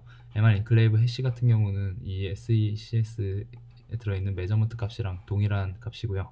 이 ISV PRO DID 이거는 이제 인클레이브 제품 아이디고, ISV SVN은 보안 버전 넘버고, 어트리뷰트는 그 어트리뷰트고, 이제 마스크를 이용해서 이걸 얻게 되는데, 아무튼 그때 사용하게 되는 마스크 값입니다. 벤더 값은 아직 크게 잘 나오지 않는 그런 값이라 나중에 필요하게 되면 또 발표 내용에 추가를 하도록 하겠습니다. 네, 그래서 여기 들어가는 RS 키 같은 경우에는 공개 지수를 3으로 설정을 하고, 네, 3072비트의 RSA 키를 지원을 하게 됩니다. 네, 그래서 이 SACS를 이용해서 이 값들을 다 채워놨는데, 이제 이 값을 네, 여기서 보시면 아까 여기 있는 값을 이제 여기 SACS에 이 Certificate Base Identity에 옮긴다고 했었는데, 네, 그 과정이 이 그림에 설명이 되게 됩니다. 그래서 이 인클레이브 해시 같은 경우는 아까 여기서 말씀드렸다시피 이 SACS와 똑같은 메저먼트를 가져야 하고요. 네, 어트리뷰트 같은 경우도 네, 이렇게 똑같은 값을 가져야 합니다. 네, 그 다음에 Certificate Based ID가 뒤에서 설명을 드릴 텐데, ISV PRODID랑 ISV SVN이랑 MR 시그너 사이너인가요? 네, 아무튼 이 세 개의 값을 이 certificate, 그러니까 인증서 기반 ID라고 보시면 됩니다. 아까 앞에서 보신 메저먼트는 이제 메저먼트 기반 ID라고 보시면 되고, 이렇게 해서 이제 ID가 두 개가 있는 겁니다. 인클레이브는. 이 ID를 어떻게 쓸지는 이제 인증 과정에서, 어테스테이션 과정에서 맨 뒤에서 볼 텐데요. 그때 볼 거고, 아무튼 이 과정에서는 네, 이런 식으로 이 인증서 기반의 값들을 채우게 되는 겁니다. 네, 그래서 여기서 중요한 게 이 MR 시그너 사이너, 네, 이 값인데요. 이 값은 이 RSA 서명을 할 때 사용한 이 모듈러스의 256 2비트로 해쉬한 256비트짜리가 들어가게 되는 겁니다. 네, 패딩 값은 아직은 이렇게 쓴 적이 없어서 그냥 넘어가도록 하겠습니다. 아무튼 이런 식으로 네, 여기서 보신, 여기서 이제 우선 이거를 만들었고, 여기서 만든 값을 이용해서 이 이닛을 이제 패스하게 되고, 실행된 인클레이브에서 이 certificated based 네, 아이덴티티를 설정을 하게 된 것까지 보게 된 겁니다. 네. 그래서 이제 이번에 certificate based, 그러니까 이제 인증서 기반 아이디라고 하겠습니다. 인증서 기반 아이디에는 아까 앞에서 말씀드렸다시피 이 모듈러스랑 ISV PRODID 뭐 이거랑 이게 이 세 개가 있습니다. 각자 설명은 아까 앞에서 했으니까 넘어가도록 하고요. 네, 이제 이 버전 서포팅을 어떻게 하냐면, 동일한 RSA 키로 인증서를 발급을 하게 되면 ISV PRODID로 이게 이제 어떤 소프트웨어인지 구분을 하게 되는 겁니다. 제품 아이디가 들어있으니까. 근데 만약에 RSA 키도 똑같고 ISV PRODID도 똑같게 되면 이제 이건 똑같은 소프트웨어인데 버전만 다르다라고 판단을 해서 네, 이제 RSA 키와 ISV PRO 이 값이 둘 다 동일하다면 이제 동일 버전으로 봐서 똑같은 대칭 키가 나오게 돼서 비밀을 마이그레이션 할 수 있게 되는 겁니다. 그래서 이제 높은 버전에서 낮은 버전으로의 마이그레이션은 불가능하고, 낮은 쪽에서 위로 올라가는 그런 메커니즘만 네, 가능하다고 합니다. 네, 이제 거의 끝나가고 있는데요. 네, 뒤로 갈수록 헛소리를 많이 하는 것 같습니다. 이 부분이 가장 중요하기 때문에 좀 설명을 좀 해보도록 하겠습니다. 이게 키 유도라는 건데요.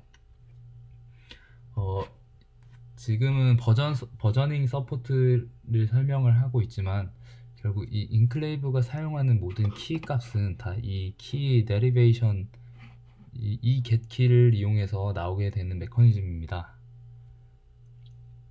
네, 그래서 이 get키가 상당히 중요한데요. 이 get키에다가 이제 정해진 메타데이터와 이 CRC fuse라는 이 값이 여기 나와 있는 이 값인데요. 네, 이런 것들을 조합을 해서 제가 필요한 키 값들을 찾아내는 겁니다. 이게 무슨 소리냐면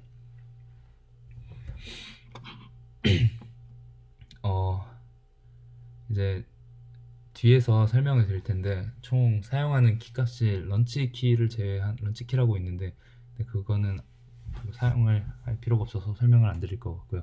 총 4개 걸 제외하고 총 4개의 키가 있는데 이 키가 다 이 getKey를 이용해서 얻어지게 되는데 이 getKey는 이 정해진 메타데이터의 조합과 이 퓨즈 값입니다. 이게 무슨 뜻이냐면 제가 만약에 어떤 A라는 키를 얻고 싶다 하면 이 A에 맞는 메타데이터의 조합과 이거를 넣어야 되는 거고 B를 얻고 싶다 하면 그거에 맞는 조합, 그 조합은 이제 여기 밑에 있습니다. 이제 이걸 뒤로 가면서 어떤 조합을 쓰는지 이제 하나하나 알아볼 텐데요. 네, 아무튼 그럴 겁니다. 그래서 이 키를 얻고자 할 때 우선 키 리퀘스트라는 스트럭처를 사용을 하게 되는데요. 키 리퀘스트에 있는 스트럭처에 있는 정보들과 SCS에 있는 정보를 이용해서 키 데리베이션을 하게 되는 겁니다. 그래서 이 키 리퀘스트에 있는 필드에는 다음과 같은 필드가 있는데요. 여기서 중요한 몇 가지만 보시면 키 네임 같은 경우는 이제 아까 총 런치 키를 제외하고 4개의 키가 있다고 했는데 그 4개의 키에 이름이 들어간 이 바이트네요. 네, 아무튼 여기 4개나 들어가게 되고 키 펄리시 같은 경우는 이곳에 나와 있는 정보인데요. 만약에 제가 ER 인클레이브, 그러니까 메저먼트 기반 아이디를 사용을 하고 싶다라고 할 때 이걸 1로 set하면 되는 거고요. 만약에 MR 사이너 같은 이런 인증서 기반을 사용하고 싶다 할 때 1을 사용을 해서 여기서 이제 이렇게 돼서 여기 사용할 수 있냐 없느냐 이런 식으로 제가 여기에 이 메타데이터의 조합에 이 메저먼트들을 넣을 것이냐, 인증서 기반 아이디를 넣을 것이냐를 결정할 수 있는 필드가 되는 겁니다. 이해가 되실지 잘 모르겠는데, 네. 그 다음에 이건 아까 다 설명했던 부분이고요. 키 아이디 같은 경우는 랜덤 가빗이라고 하는데 키 마모를 방지하기 위해서 만든 메커니즘이라고 하는데 저도 왜 그런지는 잘 모르겠습니다. 네.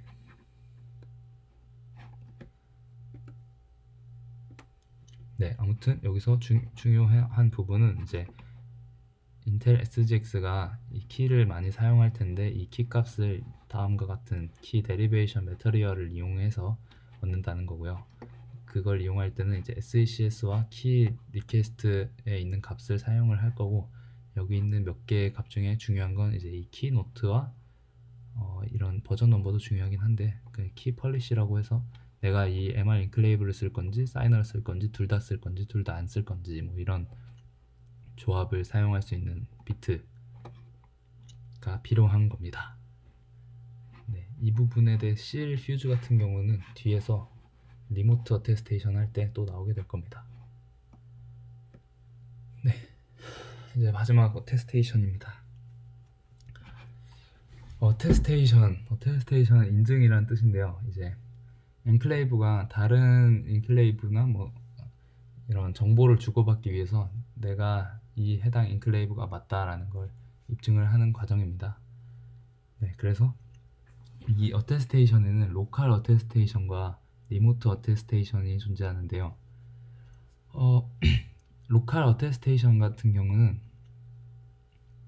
같은 SGX 지원 CPU, 그러니까 제 컴퓨터를 기준으로 제 컴퓨터에서 이제 여러 개의 인클레이브가 구축을 해놓고 그 인클레이브들끼리 신뢰관계를 구축하는 게 로컬 어테스테이션입니다. 그러니까 제 로컬 내부에 있는 인클레이브들끼리 이렇게 데이터를 교환하기 위해서 신뢰관계를 구축하는 거고요. 이제 제 컴퓨터에서 다른 서버와 서비스를 하기 위해서 신뢰관계를 구축하는 게 리모트 어테스테이션이라고 보시면 됩니다. 그럼 여기 쿼팅 인클레이브, 이게 있는데 이건 이제 리모트 어테스테이션에서 사용할 건데요. 증명 서명에 사용되는 인텔이 발생한 특수 인클레이브라고 알고만 계시면 뒤에서 다시 설명을 할 겁니다. 네, 아무튼 이제 어테스테이션은 인클레이브가 이제 정보를 주고받아야 하는데 그때 이제 자신을 입증하는 과정이다라고 알고 계시면 됩니다. 네, 그래서 우선 로컬 어테스테이션부터 알아볼 텐데요. 네, 맨 처음에 우선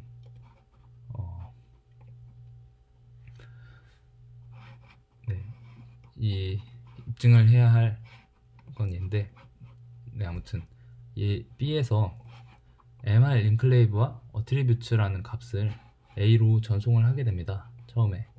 그럼 이제 A는 이 리포트 명령어가 있는데요. 뒤에서 설명할 겁니다. 이 명령어를 이용을 해서 B한테 보낼 리포트를 만든 다음에 전송을 하게 됩니다. 그럼 얘는 리포트를 받게 되잖아요. 그럼 얘는 이 getKey를 이용해서 리포트 키라는 키를 얻어서 얘가 제대로 된 놈이 맞는지 이 맥 값을 확인해서 입증을 해서 맞으면 이제 그때부터 신뢰관계가 구축돼서 안전한 정보 교환을 할 수 있는 상태가 되는 거죠. 제가 여기서 좀 궁금했던 게 MR 인클레이브와 어트리뷰트 값을 전송을 한다고 하는데 이 부분 때문에 거의 몇 시간을 찾아봤던 것 같은데, MR 인클레이브 값이 저는 SGX 보안에 있어서 중요한 값이기 때문에 밖으로 그리고 제가 설명하다 빼먹은 게 있는데, 통신 채널을 형성한 다음에 보낸다고 했는데 이 부분은 지금 뭔가 시큐어한 통신 채널이 아닙니다. 뭔가 안전이 보장된 그런 통신 채널이 아니라 그냥 컴퓨터 내부의 통신이기 때문에 혹시 해커가 이렇게 접근을 하면 볼 수 있는 통신 채널인데요.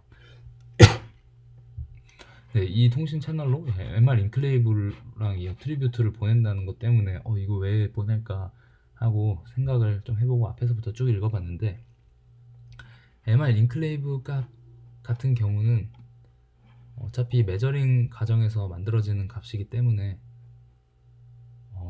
결국 SECS 같은 경우는 앞에서 말씀을 드렸는데 접근이 아예 불가능한 메모리 영역입니다. 그래서 혹시라도 이 값을 안다 하더라도 그 값을 수정을 할 수 없기 때문에 그냥 보내는 거라고 생각을 했는데, 이거 제 추측이고 확실한 건 아닌데 아마 이렇게 보내는 거는 인텔 매뉴얼에도 써져 있으니까 아마 그게 맞을 것 같습니다. 아무튼 이 값을 보내서 여기서 이 값을 보내는 이유는 이제 두 번째 이 리포트 명령어 때 이 값을 사용하기 때문에 보내는 거고요. 그 메커니즘은 바로 뒷페이지에서 설명을 해드리도록 하겠습니다. 그래서 이 리포트 명령어를 알아야 봐야 할 텐데, 우선 인클레이브 SECS에서 이제 필요한 정보들을 이 리포트 구조에 채우게 됩니다. 예를 들어 어트리뷰트랑 MR 인클레이브, 그다음에 서티피케이트, 그러니까 인증서 기반 아이디들 3개 있었죠. 그걸 다 채우게 됩니다. 그렇게 된 다음에 이제 이 getKey로 리포트 키를 생성을 한 다음에 맥을 하나 만들게 됩니다. 그렇게 만든 다음에 여기 이제 타겟 인클레이브와 타겟 인클레이브의 MR 인클레이브와 어트리뷰트를 이용한다고 하는데, 이게 이 앞부분에서 설명했던 1번 과정에서 받은 값을 이용한다는 겁니다. 왜 이용을 하는지 뒤에서 과정을 한번 설명을 해보도록 하겠습니다. 우선 맨 처음에 여기서 이 값을 주게 됩니다. 아까 말씀드렸죠? 그 메저먼트 값이랑 어트리뷰트 값을 준다. 그게 바로 여기에 있습니다. 기억을 하시면 되고요. 이제 두 번째, 이제 이 리포트를 만들어서 얘한테 보내는 과정이 이 그림입니다. 그래서 어떻게 하느냐, 우선 최초에 어트리뷰트 이 메저먼트 값이랑 이 인증서 기반 아이디를 다 채우게 되죠. 그다음에 이 리포트 데이터는 정확히 뭔지 모르겠지만 아무튼 채우게 되고요. 그 다음에 이 CPU SVN 같은 경우는 이 하드웨어가 그냥 인텔 하드웨어 그 보안 넘버라고 보시면 되는데 이 값도 그냥 들어가게 됩니다. 이거는 많이 중요하다 생각 안 해서 PPT에 넣진 않고 혼자 좀 공부하긴 했는데, 이 ISV SVN이랑 CPU SVN이랑 똑같이 보안 버전 넘버긴 한데 이건 좀 CPU적으로 하는 것 같더라고요. 아무튼 기존의 ISV SVN도 낮은 부분에서 높은 부분을 이렇게 접근이 안 된다고 했는데 이것도 똑같은 메커니즘을 사용하는 것 같습니다.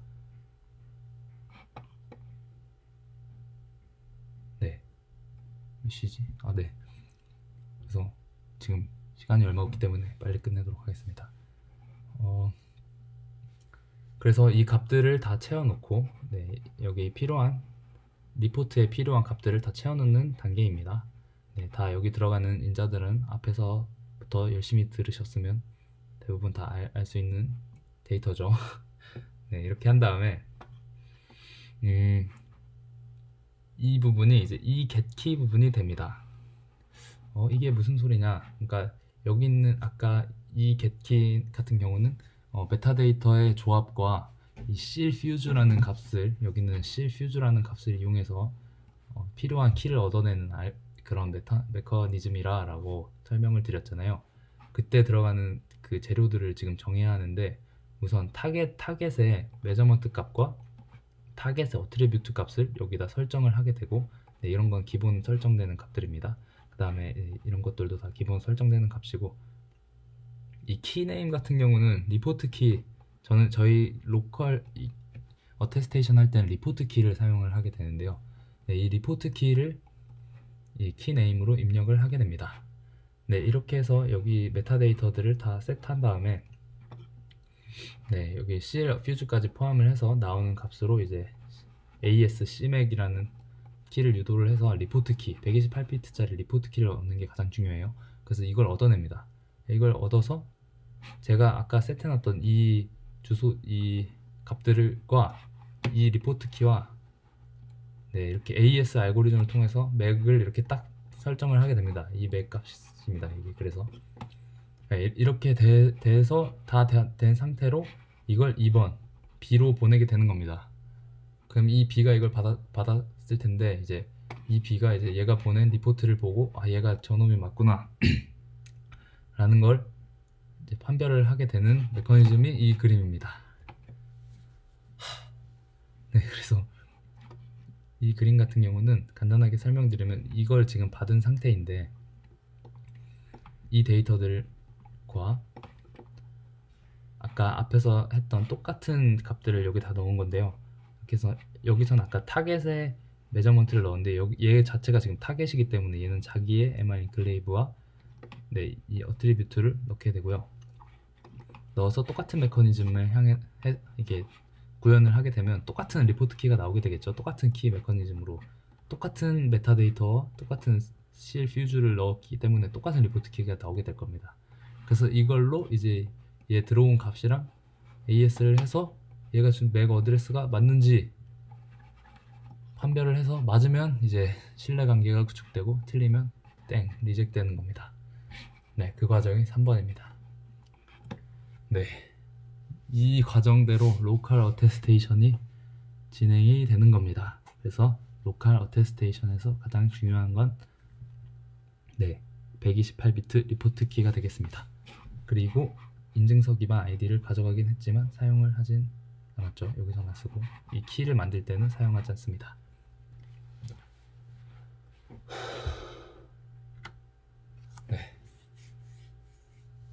네, 이제 이번에는 리모트 어테스테이션 마지막입니다.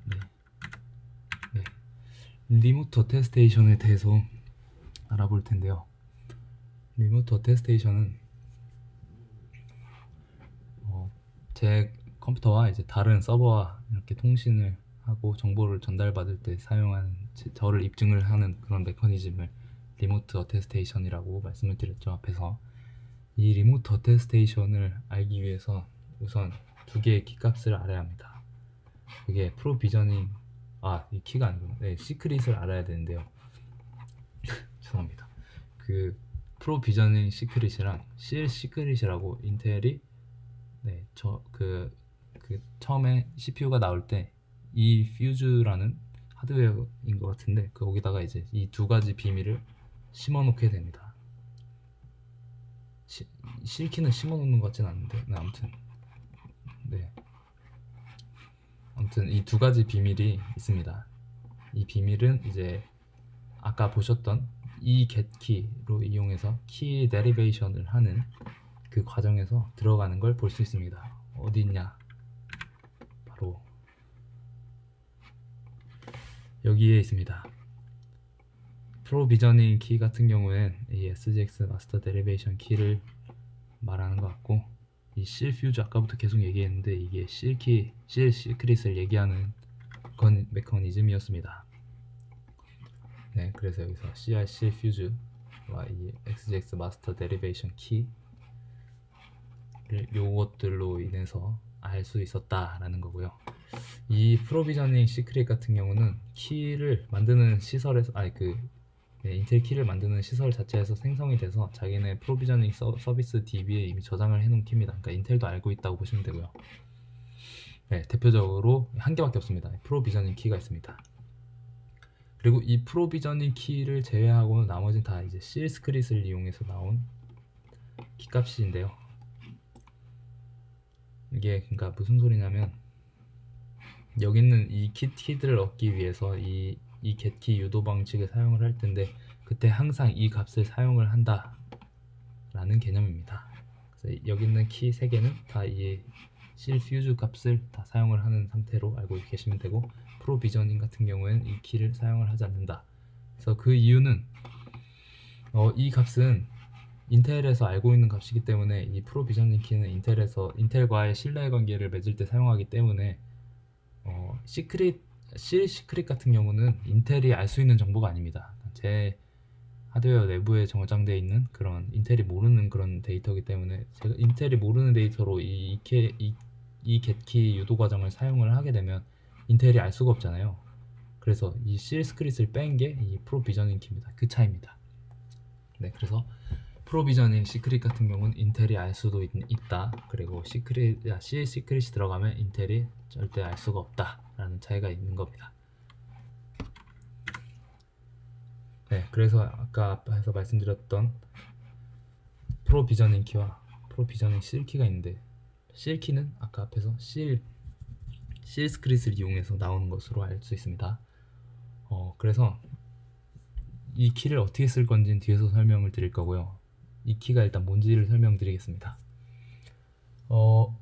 이 프로비저닝 키 같은 경우는 C 스크릿이랑 이 own ERPOCH 이 값을 포함하지 않는다고 하는데, 이거는 그 하드웨어의 종속적인 그런 값인 것 같아요. 그래서 이 값을 사용하게 되면 인텔이 알 수 없어서 사용하지 않는 것 같고요. 네, 이것도 똑같은, 네, 바로 직전에 얘기를 했죠. 네, 제 하드만 알고 있는 정보를 쓰기 때문에 네, 인텔이랑 교류할 때 사용하지 않기 때문에 이 값들을 포함하지 않는다는 거고요. 그 다음에 이제 인증서 기반 ID 및 CPU SVN을 이용해서 키를 유도하게 됩니다. 네, 유도하는 방식은 이게 이제 프로비저닝 키고 이게 프로비저닝 C 키인 걸 알 수 있는데, 앞에서 말씀드렸던 리포트 키와 그 C 키와 완벽히 동일한 메커니즘, 그러니까 이 들어가는 재료들만 다를 뿐이죠. 여기는 프로비저닝 키라고 했는데 딱 여기 그 실퓨즈 아까 있었던데 없어진 거 딱 보이시죠? 네, 여기는 딱 있죠. 이 차이인 겁니다. 이렇게 해서 하드웨어가 이제 알 수가 없다 뭐 이런 거고요. 네, 나머지는 이제 얘 유도 과정이 어떻게 되는지는 잘 설명을 안 해놨고, 네, 이런 유도 과정에 의해서 프로비저닝 C 키가 나오고 프로비저닝 키가 나오게 됩니다. 네, 그래서 이 프로비저닝 키 같은 경우는 인텔 프로비저닝 서비스와 자신을 인증할 때 사용하는 키로 사용이 될 거고요. 이제 프로비저닝을 해서 인텔 서비스에서 이제 인증 키를 줄 텐데, 그 인증 키를 암호화할 때 쓰는 키가 이제 프로비저닝 C 키입니다. 뒤에서 마지막 페이지에서 보시면 이해가 확실히 될 겁니다. 네, 이게 대망의 마지막 페이지입니다. 이제 리모트 어테스테이션 과정을 좀 자세히 살펴볼 건데요. 중간에 좀 너무 복잡해서 실수할 수도 있고 틀릴 수도 있긴 한데 최선을 다해서 설명을 해보도록 하겠습니다. 일단 인텔 키 유도 시설에서 이 프로비저닝 키를 주게 됩니다. 그리고 이거 이제 이 키 똑같은 이런 비슷한 키 유도를 이용을 해서 인텔 프로비저닝 서비스가 이렇게 있겠죠. 그러니까 저희는 이제 이 프로비저닝 서비스와 신뢰관계를 구축해야 됩니다. 우선 그렇기 때문에 일단 이 그림부터 먼저 보시면 이렇게 따라가서 프로비저닝 키가 이 시크릿을 이용을 해서 시크릿이죠. 제가 말을 잘못했습니다. 키가 아니라 시크릿입니다. 그래서 이 시크릿을 이용을 해서 프로비저닝 키를 만들게 되죠. 이 만드는 건 바로 직전 페이지에서 보셨던 키 유도 방식을 이용을 하게 되는 거죠. 네, 이렇게 돼서 이 프로비저닝 키를 이용해서 얘 서비스한테 보내게 됩니다. 얘는 자신도 알고 있기 때문에 이렇게 맞는 키를 보내면 그래 하면서 인증 키를 주게 됩니다. 네, 여기까지는 이해가 되셨겠죠? 그래서 이 프로비저닝 서비스와 이런 식으로 인증관계를 해서 할 때 쓰는 게 프로비저닝 키입니다. 이때 사용하려고 사용을 하는 겁니다.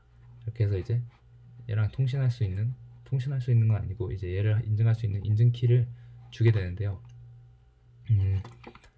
그다음 다시 이쪽으로 넘어오게 되면 시크릿 키가 있는데, 이 시크릿 키는 제 하드웨어밖에 모른다고 하지 않았습니까? 그래서 이걸 이용을 해서 프로비저닝 C키를 만들게 되는 거죠. 그래서 프로비저닝 C키로 이 인증키를 암호화하는 겁니다. 네, 암호화한 데이터가 여기 나와 있는 겁니다. 그리고 네, 여기까지 이제 이해가 되셨죠? 이제 인텔의 프로비저닝 서비스와 이제 인증키를 얻어냈는데, 이제 이걸 프로비저닝 C키로 인증을 한 상태, 여기까지 일단 정리가 된 겁니다. 이제 소프트웨어 어테스테이션과 리모트 파티인데요. 여기랑 이제 연결을 하려면 아까처럼 이렇게 요청을 보내게 되면 아까 똑같이 이 리포트 데이터를 이렇게 얻게 되고, 이 리포트 명령어를 사용을 해서 리포트를 얻게 됩니다. 이건 로컬 어테스테이션과 비슷한 메커니즘이죠.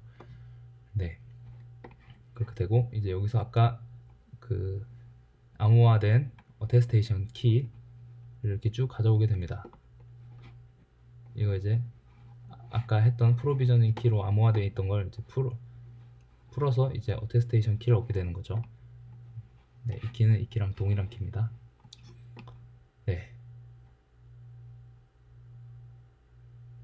그래서 이 리포트 값을 이 값으로 로컬 어테스테이션과 똑같은 그 관계로 맥 어드레스를 인증을 함으로써 이제 인증 관계가 설립이 되는 겁니다.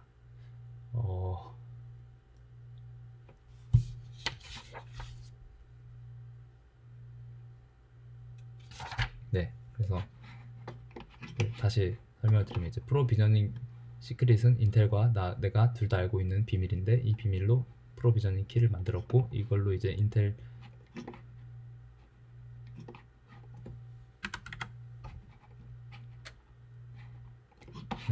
알고 있는 비밀이고, 이걸로 이제 프로비저닝 키를 만들었고, 이걸로 얘와 통신을 해서 어테스테이션 키를 얻게 된 거고, 이 어테스테이션 키는 프로비저닝 C키로 한번 인크립션 된 상태로 밑으로 넘어가게 되는 거죠. 그 다음에 여기서 다시 똑같은 프로비저닝 키로 대칭 키니까 똑같이 풀리게 되시겠죠. 그래서 이 어테스테이션 키가 나오는 거고, 그 다음에 이 부분 같은 경우는 아까 로컬 어테스테이션과 비슷하게 챌린지를 먼저 보내고, 이 과정, 똑같은 과정을 거쳐서 이 리포트 명령어를 사용을 해서 이 리포트가 나오게 됩니다. 리포트. 그 다음에 그 리포트는 이 로컬 어테스테이션과 똑같은 과정으로 이 키로 인해서 그 맥 어드레스를 확인을 함으로써 자신을 증명을 해서 이제 이 리모트 어테스테이션 관계가 성립이 되는 겁니다. 이 과정에서 좀 생략한 부분이 좀 있긴 한데, 그 부분 같은 경우는 큰 그림을 볼 때는 좀, 그리고 저도 사실 다 이해한 게 아니라서 이 정도로만 설명을 드리도록 하겠습니다. 1시간 40분이네요. 네, 아무튼 네, 제가 이번 발표를 준비하면서 가장 느꼈던 게, SGX가 왜 시스템 소프트웨어보다